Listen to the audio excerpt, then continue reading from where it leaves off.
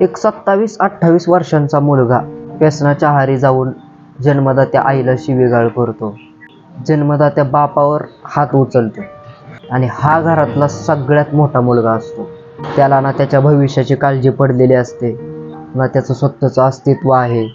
व्यसनाधीन होऊन तो त्याचं जीवन किड्या मुंग्यांसारखं जगत असतो. कितीही म्हटलं ना तरी संगत मॅटर करतेच.